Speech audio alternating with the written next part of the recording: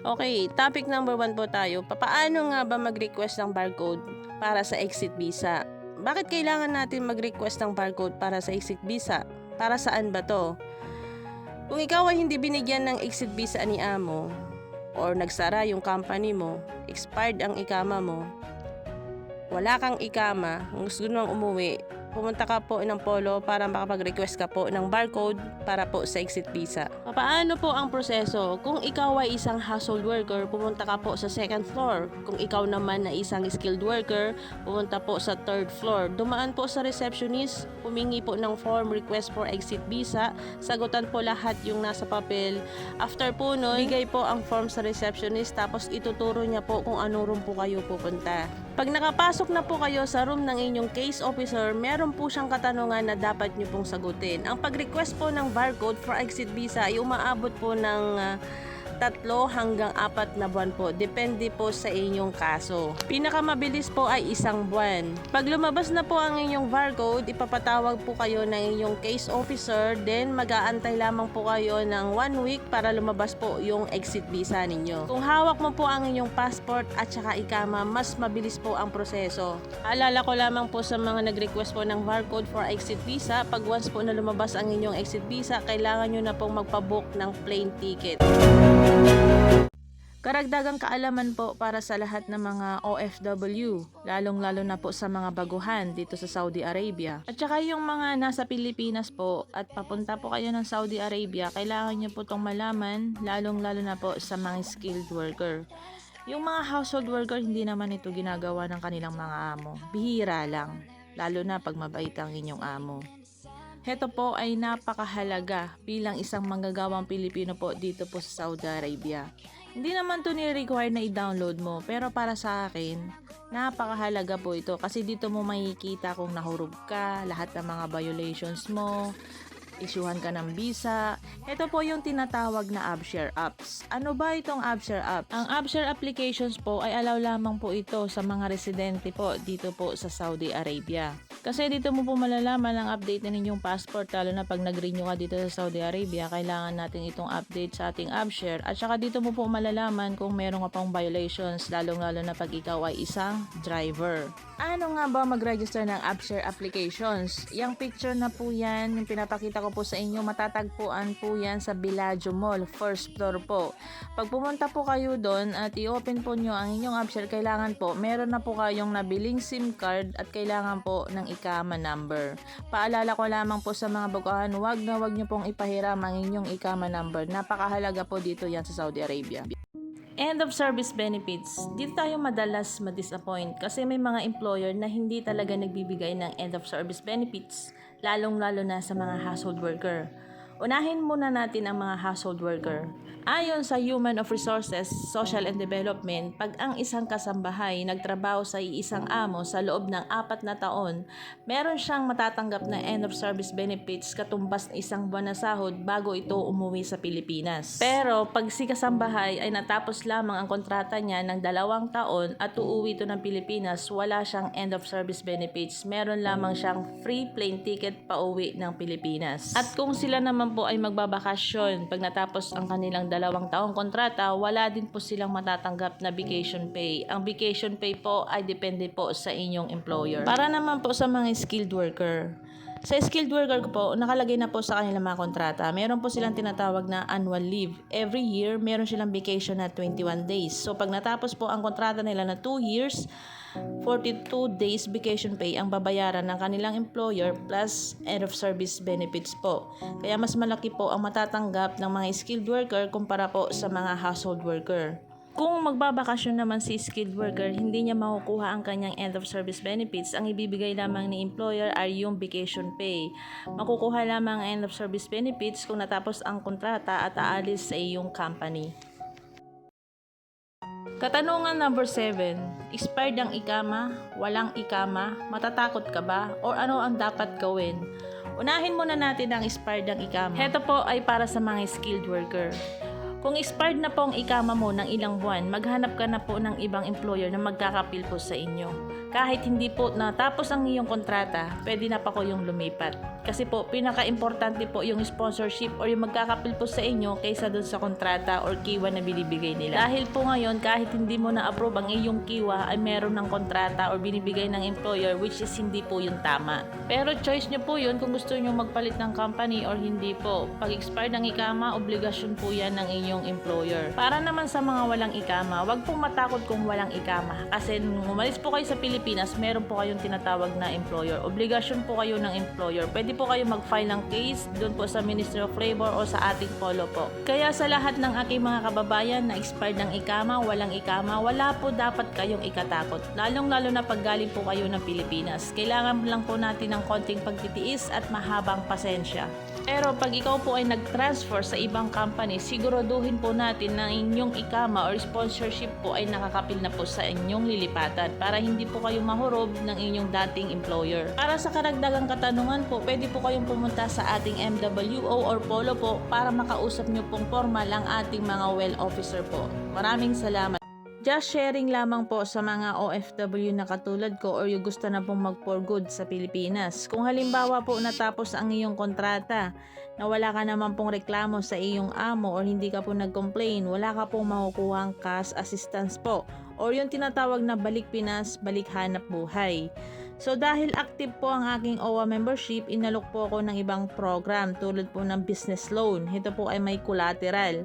Business partner po nila ang Land Bank. Tapos yung medical assistant po at saka mag-aaral po ng TESDA o yung training TESDA. Doon po sa business loan, pwede ka po mag-loan ng 100,000 up to 2 million po. Depende po kung maaprubahan po yan ni Land Bank. Sila po ang mag-i-evaluate nun. Ang Balik Pinas Balik Hanap Buhay po para lamang po sa mga OFW distress, yung mga hindi po natapos ang kontrata, nagka-problema po kay amo, or yung mga may reklamo po kay amo. Meron po kayong maklaim na up to 20,000 pesos, depende po sa evaluation ng ating OWA. Pero pag natapos mo ang iyong kontrata at wala ka na maging problema kay amo, wala ka po makukuha ang cash assistance. Kasi po ang cash assistance po or yung Balik Pinas Balik Hanap Buhay po para lamang po sa mga OFW distress. Sa mga OFW distress po, babanggitin ko po yung mga requirements sa next vlog ko po para makapag-claim po kayo na up to 20,000 pesos po na cash assistance po para sa inyo. Sa mga OFW distress po na gustong humingi ng tulong, please po pakisagutan po ang mga sumusunod. Full name, contact number, foreign location, kung saang bansa po kayo naroroon, birth date, passport number, PRA, ibig sabihin po nun is agency nyo sa Pilipinas, FRA, ibig sabihin po nun is agency nyo sa ibang bansa, employer name, contact number ng inyong employer, tapos yung next of kin information po, ibig sabihin po yan, contact po ng inyong pamilya, nanay nyo man or asawa or anak, number, at kung kaano-ano nyo po sila. Then next question po is complaint. Dapat dito po sa complaint is valid reason po dapat, tulad ng mga minamaltrato, hindi po pinapasahod, yung mga sinasaktan, tapos finish contract, kaaya kong pauwiin ni amo, overwork, hindi ka pinapakain. Yun po dapat ang mga complaint na dapat po nyong ilagay or isalaysay nyo po kung ano yung mga nangyayari po sa inyo para i-email po natin sa DMW, tapos i-follow up po natin sa polo. Sa ngayon po kasi is Ramadan, so medyo matigas yung mga ibang employer. Kailangan nila kasi kayo, wala silang tagahugas or mag-aasikaso sa kanila.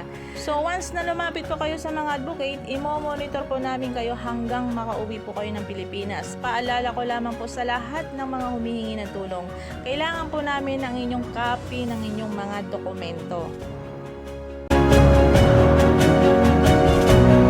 Magandang balita po para sa lahat ng mga OFW na umuwi po ng Pilipinas at ang gamit po nila ay re-entry visa. Yung hindi po nakabalik sa kanilang employer hanggang sa ma-expired po ang kanilang mga re-entry visa. Dati po kasi pag hindi ka nakabalik agad sa iyong employer at ang gamit mo ay re-entry visa dahil nagbakasyon ka, automatic po na banned ka ng 3 years. Pero ngayon po, ayon po sa Jawasat, tinatanggal na po ang banned na 3 years na yun pag hindi ka nakabalik sa iyong amo at ang gamit mo po ay re-entry visa.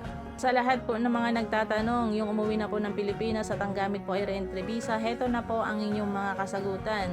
Magandang balita ito para sa ating mga OFW sa bansang Saudi Arabia. Dati kasi ginagamit pa ng mga employer na panlaban sa mga OFW. Kahit gusto na ni worker na mag-exit, Binibigyan ito ng re-entry visa. Bakit? Dahil nga dati, pag re-entry visa ang gamit mo, pag hindi ka nakabalik sa inyong employer, automatic na ban ka ng 3 years. Pero ngayon po, ayon po sa Jawasat ay tinatanggal na po yung 3 years ban na hindi ka nakabalik sa iyong employer. Paalala ko lamang po, heto po ay para lamang sa mga re-entry visa na expired na hindi po nakabalik sa mga employer. Pero yung mga umuwi na may kaso or deportation, hindi po natin alam kung kailan o hanggang kailan po ang inyong pagkakaband or makakabalik po kayo agad.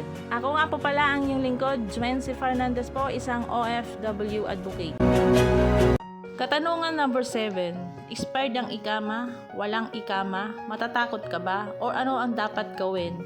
Unahin muna natin ang expired ang ikama. Heto po ay para sa mga skilled worker. Kung expired na po ang ikama mo ng ilang buwan, maghanap ka na po ng ibang employer na magkakapil po sa inyo.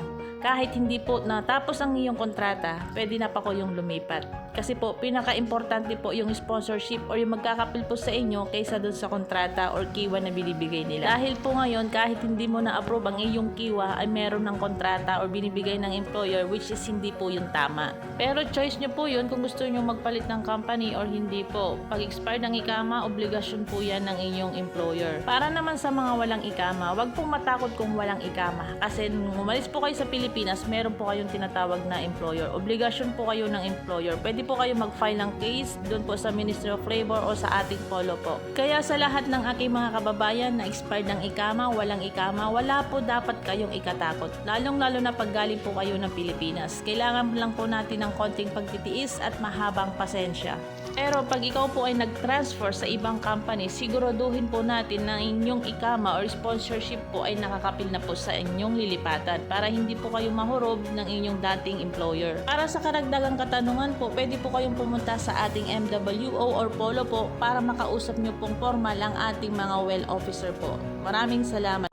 Para po dun sa nagtatanong kung pwede ba siyang ihurog pag once na na-expired na ang kanyang ikama. Si OFW, 1 year nang expired ang kanyang ikama. Gusto niyang lumipat ng ibang company pero nag-iisip siya or natatakot siya baka ihurog siya ng kanyang employer. Para po sa kaalaman ng lahat, pag once na na-expired na po ang inyong ikama, hindi ka na po pwedeng ihurog ng inyong amo.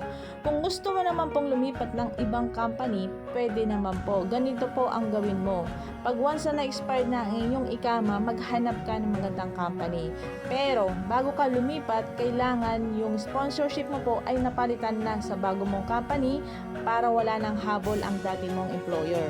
Paalala ko lamang po, gawin nyo itong pasikreto para hindi po kayo maunahan ng inyong employer. Pag once po kasi nalaman ng inyong employer na lilipat kayo sa ibang company, nire-renew nila ang inyong ikama, after nun, ihuhurog po kayo. Pwede kayong ihurog pag once na na-active ang inyong ikama. Sa ngayon po kasi, pwede nilang i-renew ang inyong ikama kahit 3 buwan lamang po. Heto naman para sa may mga active ikama tapos hinurog sila ng kanilang mga employer. Matatanggal ni employer ang inyong pagkakahurog sa loob ng 21 days mula nung unang araw kanyang hinurog. Paglagpas na po ng 21 days at hindi pa po natatanggal ang iyong pagkakahurog, mag-file ka na po ng case sa Ministry of Labor para matanggal po ang iyong pagkakahurog. Heto po ay para sa mga OFW distress na gustong mag-avail po ng 20,000 pesos cash assistance po. Hetong requirements na to ay galing po sa OWA Region 3. Hiningi ko po ito para ma-update po yung mga OFW distress natin para pag-uwi. May mga requirements po na ganito na dala-dala nila para maipakita nila po sa OWA. Pero ang tanong po, nagbibigay po ba ng mga ganitong requirements? So, babanggitin ko po yung mga requirements na dapat yung i-comply sa OWA para makapag-avail po kayo ng cash assistance. Ito po yung mga proof of distress. Yung una po is MWO referral. Ito po yung galing Polo. Hihingi ko po ng referral sa Polo kung isa kang OFW distress. Number 2 is termination letter. Number 3 is e-cares, case details or intake shift. Number 4, SENA, quit claim and release. Number 5, medical record.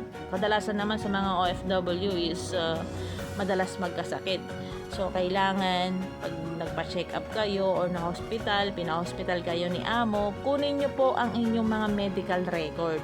kasi hinahanap po yun pag uwi nyo ng Pilipinas at gusto nyo pong mag-avail ng inyong mga cash assistance. And the last one po is notarized sworn statement. Maswerte yung mga ibang OFW distress kasi sa airport pa lang sinasalubong na sila para bigyan sila ng cash assistance. Kumpara dun sa iba, kailangan pa nilang pumunta sa kanilang mga region para mag-avail or mag-file ng kanilang cash assistance.